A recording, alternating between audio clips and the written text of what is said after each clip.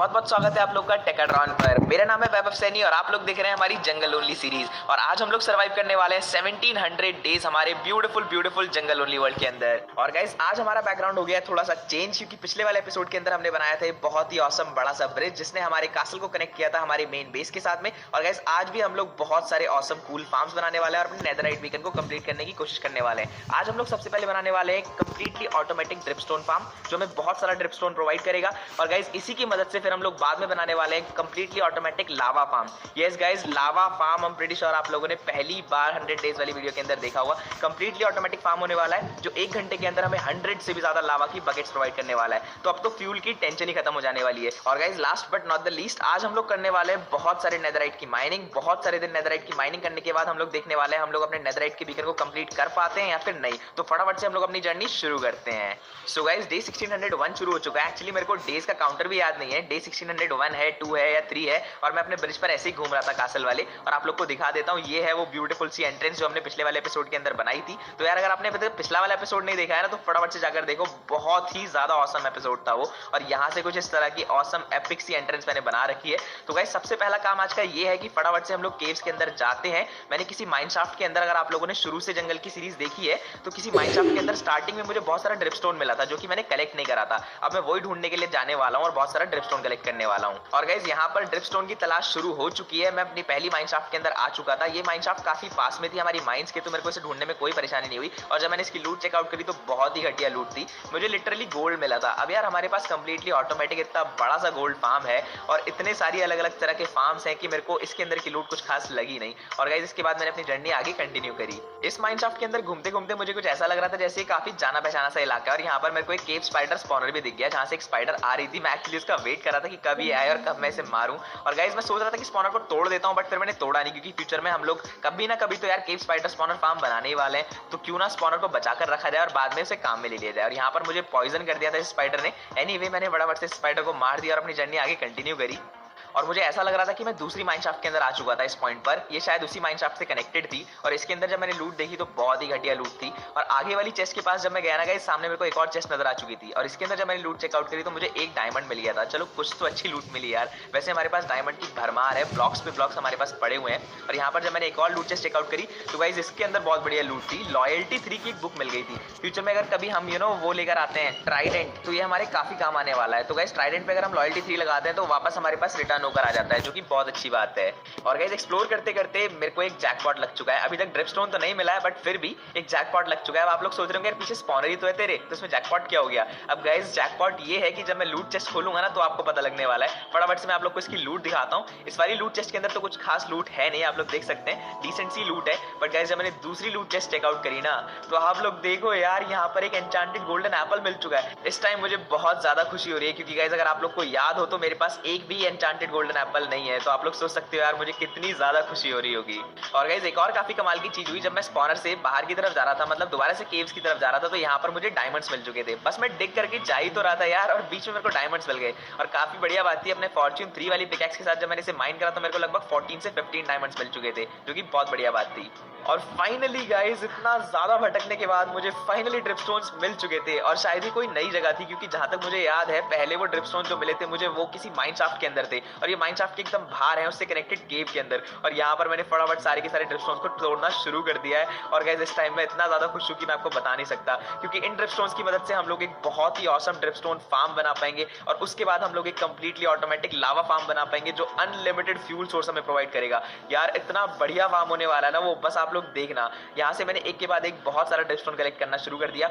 मेरा प्लान था कि जितना का जितना ड्रिपस्टोन यहाँ पर है मैं सारा का सारा कलेक्ट कर लेके जाऊं। और उसके बाद अगर आसपास और भी ड्रिपस्टोन की केव्स है तो सारी की सारी ड्रिपस्टोन मैं वो भी माइन कर लूं। तो जितना ज्यादा हो सकता था मैंने यहाँ से ड्रिपस्टोन माइन किया और उसके बाद मैं सरफेस के ऊपर वापस आ गया। और गाइस सरफेस पर वापस आने के बाद मैं सबसे पहले आ गया काफी सारी डर्ट माइन करने के लिए। बट मेरे को आपको कुछ इंपॉर्टेंट चीज दिखानी थी। जरा सामने देखो यार, एक ट्री है जिसके नीचे कुछ भी नहीं है, वो हवा में तैर रही है। एक छोटा सा प्लेटफॉर्म है जिसपे कुछ वाटरमेलन्स वगैरह पड़े हैं। बस आप लोग सोचो यार कितना अजीब सा जनरेशन हुआ है यहाँ पर। और गाइस यहाँ पर मैं पहले सो जाता हूँ, क्योंकि अगले दिन उठकर मेरे को काफी सारी डर्ट माइन करनी है। और गाइस किसी ने मुझे बोला था कि एक दिन ऐसा आएगा कि मैं डर्ट माइन करने जाऊंगा और नीचे डर्ट ही नहीं बचेगी। तो टेकाट्रॉन बोलेगा कि यार डर्ट कहाँ गई सारी की सारी, और मैं सारी की सारी डर्ट माइन करके ऊपर ले जा लूंगा। तो यार काफी फनी बात थी वो, बट ऐसा कभी मुझे लगता नहीं कि होने वाला है। आई नो वो जोक था, बट फिर भी क्योंकि इतनी सारी डर्ट है ना इस वर्ल्ड के अंदर, यार डर्ट ही डर्ट से भरा पड़ा है। और गाइस हमें लगभग सारी फार्म्स बनाने के लिए काफी सारी डर्ट की तो जरूरत पड़ती है, क्योंकि हम सारी फार्म्स हवा के अंदर बनाते हैं। तो पहले हम लोग एक डर्ट का प्लेटफॉर्म बनाते हैं और उसके ऊपर से फार्म बनाना शुरू करते हैं। तो गाइस मैंने सोचा क्यों ना काफी सारी डर्ट मैं एक ही बार में कलेक्ट करके ले जा लेता हूँ। इससे होगा ये कि हमें बार बार डर्ट कलेक्ट करने के लिए यहाँ पर नहीं आना पड़ेगा। तो गाइस लावा फार्म के लिए भी मैंने एक ही साथ काफी सारी डर्ट कलेक्ट कर ली, और जैसे ही मेरे पास इनफ डर्ट कलेक्ट हो गई, मैंने फटाफट से अपने फार्म्स बनाना शुरू कर दिया।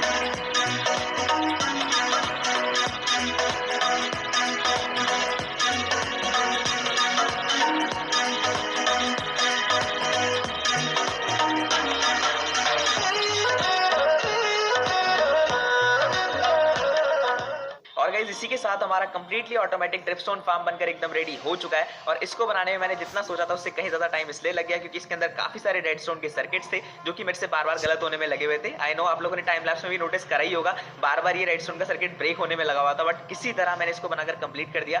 थोड़ा सा कॉम्प्लेक्स डिजाइन था बट काफी बढ़िया डिजाइन था। और गाइस इसका उगने का रेट जो है वो ज्यादा तेज नहीं होता है, तो हम लोग को उतना ड्रिपस्टोन जितना हमने सोचा था उतना मिलने वाला है नहीं, बट फिर भी हम लोग काम चला लेंगे। हमें मेनली इसलिए ड्रिपस्टोन चाहिए कि हम लोग अपना लावा फार्म बना सके, और उतना ड्रिपस्टोन तो यार हमारे पास कलेक्ट हो ही चुका है ऑलमोस्ट। और गाइस एक बार फिर से वो टाइम आ चुका है जिसका आप लोग इतने टाइम से वेट कर रहे थे। मैं फटाफट से अपने इस जायंट वीट फार्म को हार्वेस्ट करने वाला हूँ। ये रहा लीवर, मैंने इस लीवर को खींच दिया यहाँ पर, बट फिर भी हमारा वीट फार्म हार्वेस्ट नहीं हुआ। मैं थोड़ा सा चौंक गया ये देख के, बट जब मैं ऊपर की तरफ गया तो मैंने नोटिस करा कि डबल टिक वाला फार्म है हमारा। तो फटाफट से मेरे को एक बार और लीवर को खींचना पड़ेगा, जिसकी वजह से वो फार्म पूरी तरह हार्वेस्ट होएगा। तो मैंने यहाँ पर आया और फटाफट से इस लीवर को एक बार और खींचा, और अब आप लोग नोटिस करेंगे कि ऊपर की तरफ से पानी आना शुरू हो चुका है, हमारा वीट फार्म हार्वेस्ट होना शुरू हो चुका है। यार देखो कितना जबरदस्त लगता है वीट फार्म हार्वेस्ट होते हुए। आप लोग देख रहे हो सारा का सारा वीट जा रहा है, और बिल्कुल ही कम टाइम के अंदर सारा वीट जो है हमारे हॉपर्स के थ्रू चेस्ट के अंदर आकर कलेक्ट हो जाएगा। हमारे पास ऑलरेडी बहुत सारा वीट था, और मैं फटाफट से इस फार्म को अब बंद कर देता हूं। 2 बार फिर से लीवर खींचना पड़ेगा इसको बंद करने के लिए। अभी आप लोग देख सकते हैं बंद नहीं हुआ है, बट एक बार और अगर मैं लीवर खींचूंगा तो ये हमारा फार्म जो है बंद हो चुका है। अब गाइस सारा का सारा पानी खुद से चला जाएगा। इसको मैं दोबारा से रीप्लांट अभी नहीं करने वाला हूं, क्योंकि मेरी हालत खराब हो जाएगी अगर मैंने दोबारा रीप्लांट करा तो। अब फटाफट से हम लोग अपनी जर्नी आगे कंटिन्यू करते हैं। इसके बाद गाइस मैं अपने गोल्ड फार्म के ऊपर आ गया था, और इस बार का गोल ये नहीं था कि मैं बहुत सारा गोल्ड इकट्ठा कर लेकर जाऊं, बट इस बार का गोल ये था कि मेरे को अपनी सारी की सारी टूल्स जो है वो रिपेयर करनी थी। तो मैंने यहाँ पर फटाफट से निशाना लगाया, बट मेरा निशाना चूक गया, और ये हमारा फार्म हो चुका है एक्टिवेट। अब गाइस सारे के सारे जो ज़ॉम्बीफाइड पिगलिन्स है वो हमारी तरफ आ रहे हैं। सिंपल सा मैकेनिज्म है जिससे हमारा गोल्ड फार्म वर्क करता है, मैंने आपको हर एपिसोड के अंदर बताया है। और गाइस अभी तक मैंने इसको ऑटोमेटिक नहीं करा, आई एम रियली सॉरी, मैं बार बार भूल जाता हूँ, थोड़ा सा आलसी हो गया हूँ मैं, क्योंकि मेरे एग्जाम्स वगैरह चलते रहते हैं बीच बीच में, तो उस चक्कर से मेरे को टाइम नहीं मिल पाता है। बट एनीवे फटाफट से हम लोग अपनी सारी की सारी टूल्स जो है रिपेयर कर लेते हैं। यहाँ पर खड़े होकर सिंपली अपनी स्वॉर्ड स्विंग करनी है, और आप लोग देख सकते हैं सारे के सारे एक्सपी पॉइंट्स जो है वो कलेक्ट हो रहे हैं। मेरे ऑफ हैंड में जो मेरी टूल है वो रिपेयर होती जाएगी। शवल ले रखा है मैंने, पहले मैं शवल को रिपेयर कर रहा हूँ, उसके बाद धीरे धीरे करके एक एक टूल को मैं रिपेयर कर लूंगा। और गाइस जैसी सारी टूल्स रिपेयर हो जाएंगी मैं फटाफट ओवरवर्ल्ड के अंदर वापस जाऊंगा और अपने लावा फार्म बनाने की तैयारी शुरू कर दूंगा। और गाइस यहाँ पर एक वियर्ड सा कोइंसिडेंस हो रहा था, जब मैं ओवरवर्ल्ड के अंदर वापस आ रहा था यहाँ पर मुझे रात मिल रही थी। पिछली बार भी रात ही हो रही थी और इस बार भी रात ही हो रही है। तो फटाफट से पहले तो मैं जाकर सो गया, और उसके बाद अगले दिन सुबह उठकर हम लोग जाने वाले थे अपने गन पाउडर फार्म पर AFK करने। अब गाइस यहाँ पर मैं कोशिश कर रहा था कि मैं टॉप वाले प्लेटफॉर्म के ऊपर लैंड हो जाऊं अपने इलाइट्रा की मदद से ही, बट शायद मेरी किस्मत खराब थी क्योंकि मैं लैंड नहीं हो पा रहा था। यार मेरे को इलाइट्रा अच्छे से चलानी आती है मुझे पता है, बट पता नहीं यहाँ पर क्या हो गया था, मैं लैंड ही नहीं कर पा रहा था, बार बार मिस कर रहा था। और गाइस फाइनली बड़ी मुश्किल से आप लोग देख सकते हैं कितनी जबरदस्त लैंडिंग हुई है हमारी आखिरी वाले ब्लॉक के ऊपर। अब गाइस यहाँ पर मैं अगले कुछ दिन स्पेंड करने वाला था AFK करने के लिए, काफी सारा गन पाउडर इकट्ठा करने वाले थे, क्योंकि आज धमाके पे धमाके करने वाले हैं हम लोग नेदर के अंदर जाकर, और बहुत सारा नेदराइट इकट्ठा करने वाले हैं। और यहाँ यहाँ पर हमारा AFK सेशन कंप्लीट हो चुका है। अब टाइम है आप लोग को रिजल्ट दिखाने का कि हमारे पास कितना सारा गन पाउडर इकट्ठा हो चुका है। वैसे तो मैंने काफी सारा गन पाउडर ऑलरेडी ट्रांसपोर्ट कर दिया है हमारे स्टोरेज बिल्डिंग के अंदर, बट फिर भी आप लोग देख सकते हैं एक बार फिर से इतना सारा गन पाउडर हमारे पास इकट्ठा हो चुका है। यहाँ से मैंने कुछ गन पाउडर लिया और मैंने सोचा क्यों ना अगर मैं यहाँ पर आया ही हूँ तो यहाँ पर बाउंड्री लगा दूं, क्योंकि पहले जो है बाउंड्री छूट गई थी। अपना फार्म बनाते टाइम मैंने यहाँ पर फेंसेस लगाई नहीं थी, तो मैंने जैसे यहाँ पर फेंसेस लगाकर कंप्लीट करी उसके बाद मुझे रियलाइज हुआ गाइस कि मैं रॉकेट्स जो है बनाना भूल गया हूँ। मेरे पास सारे रॉकेट्स खत्म हो चुके हैं और अब पहली बार टेकाड्रॉन पैदल चलकर अपने बेस पर जाने वाला है बिना इलाइट्रा के। और गाइस पैदल चलकर जाने में मेरी हालत खराब हो रही थी, क्योंकि नीचे जंगल को ट्रैवर्स करना बिना इलाइट्रा के बहुत मुश्किल होता है। और गाइस देख रहे हो यार आप लोग, जब से इलाइट्रा मिला है उसके बाद पहली बार मैं पैदल चलकर अपने बेस पर जा रहा हूँ और अब मुझे पता लग रहा है कि हमारा बेस कितना बड़ा है और कितना दूर है। वहां पर जाने में हालत खराब हो रही है। वैसे बहुत पास लगता है लेकिन जब पैदल चलकर जाते हैं ना तो पता लगता है कितना दूर है। आप लोग देख सकते हो यार, अभी तक नजर ही नहीं आ रहा है अपना कुछ बेस का, किसी भी टाइप की बिल्डिंग नजर ही नहीं आई है अभी तक, तो काफी टाइम लगने वाला है वहां तक पहुंचने में।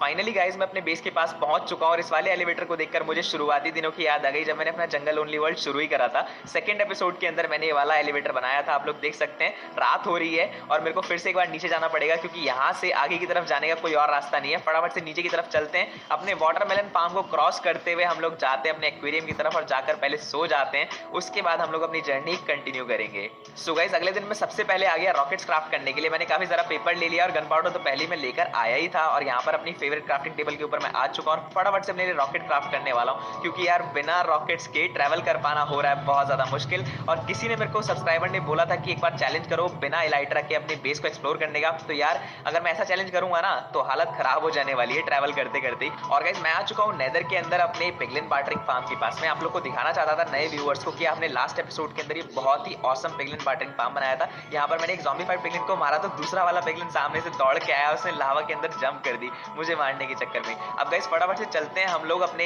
नेदर बेस के ऊपर और जाकर बनाते हैं बहुत सारी बकेट, क्योंकि हमारा नेदर के अंदर आने का मेन गोल आज का यही है कि हम लोग बहुत सारे लावा लेकर जाने वाले हैं यहाँ से अपना लावा फार्म बनाने के लिए। और गाइस इसलिए मैं यहाँ पर आया हूँ। मैंने काफी सारा आयरन जो है जमा करके रख लिया। फटाफट से जाकर बनाने वाला हूँ मैं बहुत सारी बकेट्स और बकेट्स बनाने के बाद ले जाने वाला हूँ बहुत सारा लावा। और गाइस जहाँ तक मुझे लगता है हमें लगभग 64 बकेट्स की जरूरत पड़ने वाली है और मेरे पास उतनी बकेट्स आप लोग देख सकते हैं बनकर रेडी हो चुकी हैं। लगभग एक स्टैक बकेट की जरूरत पड़ने वाली है, वो 16 वाली नहीं 64 वाली, तो उतना ही लावा हम लोग इकट्ठा करके ले जाने वाले हैं। मैं फटाफट से जाता हूं और आप लोग देख सकते हैं यहाँ पर आकर मैंने लावा जो है कलेक्ट करना शुरू कर दिया है। एक के बाद एक मैं बहुत सारी लावा की बकेट्स भरता जा रहा था। और गाइस जैसे ही मेरे पास इनफ लावा कलेक्ट होने वाला था ना, फटाफट से हम लोग अपना कंप्लीटली ऑटोमेटिक लावा फार्म बना देने वाले थे। बहुत ऑसम डिजाइन होने वाला है और गाइस ये लावा फार्म बहुत ज्यादा एफिशिएंट होने वाला है। और यहाँ पर गाइस मैं सिर्फ एक ही शल्कर बॉक्स लेकर आ पाया हूँ अभी। आई थिंक मेरे को 2 शल्कर बॉक्स की जरूरत पड़ने वाली है, क्योंकि बहुत सारी लावा बकेट्स हम लोग लेकर जाने वाले हैं और 2 से भी ज्यादा शल्कर बॉक्स की शायद जरूरत पड़ने वाली है। तो मैं फटाफट से करता हूँ बहुत सारी लावा बकेट्स कलेक्ट और आप लोगों से मिलता हूँ ओवरवर्ल्ड के अंदर। आप लोग फटाफट से टाइम लैप्स एंजॉय करो, क्योंकि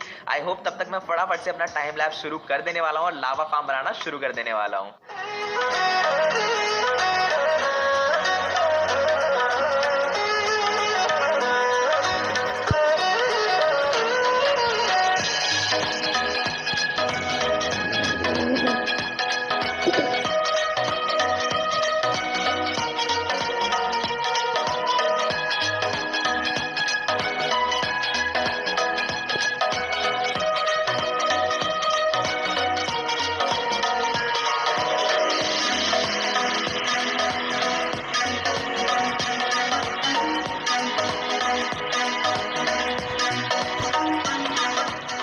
फाइनली गाइस हमारा लावा फार्म बनकर रेडी हो चुका है। कंप्लीटली ऑटोमेटिक डिजाइन है गाइस ये और शल्कर क्राफ्ट के डिजाइन पर बेस्ड है। आप लोग देख सकते हैं पीछे मैंने ड्रिपस्टोन की मदद से कुछ लावा फार्म बनाया है। आप लोगों ने बहुत सारी यूट्यूब वीडियो के शॉर्ट्स के अंदर देखा होगा ड्रिपस्टोन से drop by drop lava collect होता है और मैंने कुछ इस तरह से इसको कनेक्ट करा है। सामने हमारा पोशन फार्म है, आयरन फार्म है और गाइस अगर आप राइट साइड देखेंगे तो यहाँ पर हमारा पूरा का पूरा बेस नजर आ रहा है। तो गाइस यहाँ पर मैंने इसकी लोकेशन कुछ इस जगह रखी है। आप लोग को मैं बता देता हूँ कैसे इसको यूज करना है। यहाँ पर खाली हमें राइट क्लिक कर खड़े होना है हाथ में बकेट लेकर। इस वाली चेस्ट के अंदर हमारी लावा वाली बकेट जो है कलेक्ट होती रहेंगी। आप लोग देख सकते हैं अभी मेरे हाथ में रॉकेट है तो रॉकेट छूट रहे हैं। फिलहाल अपनी इन्वेंटरी फुल कर बकेट्स लेकर खड़े होना है तो हमारे पास लावा कलेक्ट होता रहेगा। काफी सिंपल सा डिजाइन है बट बहुत ज्यादा एफिशिएंट है। और गाइस 1 घंटे के अंदर लगभग 100 से भी ज्यादा लावा बकेट्स ये डिजाइन हम लोग को देने वाला है। तो गाइस देखा जाए तो बहुत ऑसम फार्म है। तो अब हम अपनी जर्नी फटाफट से आगे कंटिन्यू करते हैं। और गाइस अब मैं जा रहा था अपनी स्टोरेज बिल्डिंग के पास में बहुत सारे मटेरियल्स गैदर करके बहुत सारी TNT बनाने, क्योंकि अब हम लोग जाने वाले थे नेदर के अंदर और करने वाले थे बहुत सारे दिन नेदराइट की माइनिंग और कोशिश करने वाले थे अपने नेदराइट नेदराइट बीकन को कंप्लीट करने की। और गाइस नेदर में आते ही मैंने फटाफट से अपनी टीएनटी माइनिंग शुरू कर दी थी। यहाँ पर मैंने बड़ी सी ट्रेंच बनानी शुरू कर दी थी। अब गाइस सबसे बड़ी दिक्कत मेरे को इस वर्ल्ड के अंदर पता है क्या लग रही है, हमारे पास जो है गाइस टीएनटी ड्यूपर बनाने का कोई तरीका नहीं है। अगर हमारे पास टीएनटी ड्यूपर बनाने का तरीका होता ना तो अब तक तो शायद हमारा नेदराइट बीकन कंप्लीट हो ही जाता। और गाइस वो पॉकेट एडिशन से कन्वर्ट करने वाली जो ट्रिक थी ना वो भी अभी तक काम नहीं कर रही है सही से, जो मैंने एक बार यूज करी थी अपना कॉबलस्टोन फार्म बनाने के लिए। बट गाइस एनीवे हम लोग को धीरे धीरे करके किसी भी तरह अपना फार्म कंप्लीट तो करना है ही। मैंने यहाँ पर टीएनटी की लेयर लगानी शुरू कर दी है। फटाफट से मैं इस लेयर को ब्लास्ट करूंगा और धीरे धीरे करके हम लोग अपना नेदराइट जो है इकट्ठा करना शुरू करेंगे। और गाइस आप लोग को मुझे एक और खास बात बतानी है। वो खास बात ये है कि मैं बहुत ही जल्द 1.18.1 की माइनक्राफ्ट की सिंपल हार्डकोर सीरीज लाने वाला हूँ। 100 डेज वाली नहीं, नॉर्मल हार्डकोर सीरीज लाने वाला हूँ, जिसकी आप लोग बहुत टाइम से रिक्वेस्ट करे थे। बस गाइस आप लोगों से उम्मीद करूंगा कि आप लोग ऐसे प्यार देते रहे मेरी हार्डकोर सीरीज को और मैं आगे आप लोग के लिए बहुत सारा एंटरटेनमेंट से भरा कंटेंट लाता रहूंगा। अब गाइस यहाँ पर जब मैंने पहली टीएनटी चेन जो ब्लास्ट करी ना उसके अंदर से मेरे को थोड़ा सा डिसअपॉइंटमेंट हुआ, क्योंकि मेरे को एक भी एंशिएंट डिब्री नजर नहीं आ रही थी। और गाइस इस बार मैं नेदर वेस्ट बायोम के अंदर था, मैं क्या बोलते हैं सोल सैंड वैली के अंदर नहीं था। आप लोगों ने कई बार सजेस्ट करा कि सोल सैंड वैली के अंदर माइन मत करो क्योंकि वहां पर कम एंशिएंट डिब्रीज मिलती हैं। तो गाइस मैं आगे देखता जा रहा था बट मेरे को एक भी एंशिएंट डिब्री नहीं मिल रही थी। फाइनली गाइस थोड़ा सा पार्कोर और बड़ा सा लावा समंदर पार करने के बाद मुझे पहली एंशिएंट डिब्री की स्ट्रिप नजर आ चुकी थी और ये 3 एंशिएंट डिब्रीज आई थिंक एक साथ थी। और गाइस सबसे ज्यादा खुशी ना पहली एंशिएंट डिब्रीज मिलने पर ही होती है। आप किसी भी माइनिंग सेशन के अंदर आओगे उसके बाद तो एंशिएंट डिब्रीज मिलती रहती हैं तो उतनी ज्यादा खुशी नहीं होती, बट पहली एंशिएंट डिब्रीज मिलने पर बहुत ज्यादा खुशी होती है। और गाइस इसके बाद मैं लगातार एक के बाद एक बहुत सारी टीएनटी चेन्स लगाता जा रहा था और उन्हें ब्लास्ट करता जा रहा था। मैं आज रुकने वाला नहीं था क्योंकि आज मेरा एम था कि लगभग मैं 5 से 6 नेदराइट के ब्लॉक इकट्ठे कर लेकर जाऊं, उससे पहले मैं रुकने वाला बिल्कुल नहीं हूं। और ये शायद हमारी दूसरी या तीसरी टीएनटी की चेन थी और आप लोग देख सकते हैं मैंने थोड़ा सा गड़बड़ के साथ में इसको ब्लास्ट करा, मेरे को काफी सारा डैमेज पड़ गया।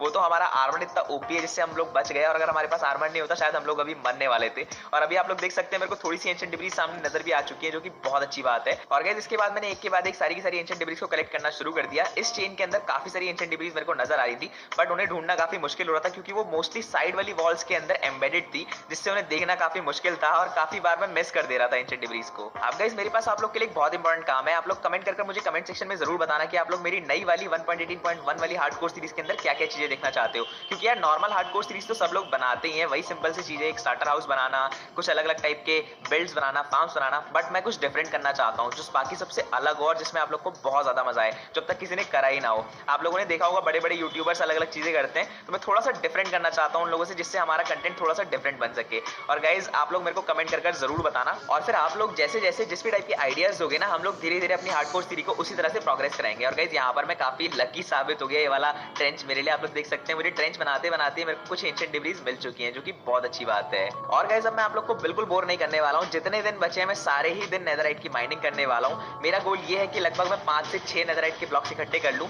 तो जितने भी दिन बचे हैं मैं नेदराइट की माइनिंग करने वाला हूँ। आप लोग एंजॉय करो कुछ एंशिएंट डिब्रीज का कलेक्शन और मैं आप लोगों से मिलूंगा जैसे मेरे पास इनफ नेदराइट के ब्लॉक्स इकट्ठे हो जाएंगे। फटाफट ओवरवर्ल्ड के अंदर जाकर हम लोग उन ब्लॉक्स को लगाएंगे अपने नेदराइट के बीकन के अंदर और अपना ब्यूटीफुल नेदराइट का बीकन एंजॉय करेंगे। तो फाइनली एक बहुत ज्यादा लंबे चले माइनिंग सेशन के बाद मैं ओवरवर्ल्ड के अंदर वापस आ चुका हूं और आप लोग मेरी इन्वेंटरी देखकर आई एम प्रीटी श्योर बहुत ज्यादा खुश हो गए होंगे। यार देखो फाइनली 5 नेदराइट के ब्लॉक तो मेरे को इस माइनिंग सेशन के अंदर से मिल गए थे और मैंने बाकी का जो एक नेदराइट का ब्लॉक बनाया वो पिछली बार कुछ एंशिएंट डिब्रीज बची थी और जब मैंने ध्यान से ढूंढा तो कुछ एंशिएंट डिब्रीज मुझे सबसे पहले वाले हमारे स्टार्टर हाउस के अंदर से भी मिल गई। तो गाइस ऑल इन ऑल हमारे पास 6 नेदराइट के ब्लॉक्स इकट्ठे हो चुके हैं। तो गाइस यहाँ पर मैंने एंशिएंट डिब्रीज को तोड़ के फटाफट से नेदराइट के ब्लॉक यहाँ पर लगा दिए। अब आप लोग देख सकते हैं हमारा नेदराइट का बीकन यार बहुत ज्यादा ऑसम लग रहा है। अब फाइनली ऐसा लग रहा है कि हमारा नेदराइट के बीकन ने शेप लेना शुरू कर दिया है। आई नो मैं ये हर एपिसोड के अंदर ही बोलता हूँ बट फिर भी यार बहुत ज्यादा मेहनत लगती है नेदराइट इकट्ठा करने में, तो आप लोग सोच सकते हो यार मुझे इस टाइम कितनी ज्यादा खुशी हो रही होगी। फाइनली गाइस इसी के साथ हमारे 100 डेज भी कंप्लीट हो चुके हैं और आई होप आपको ये 100 डेज पसंद आए होंगे। काफी मेहनत लगी ये वाले 100 डेज बनाने में।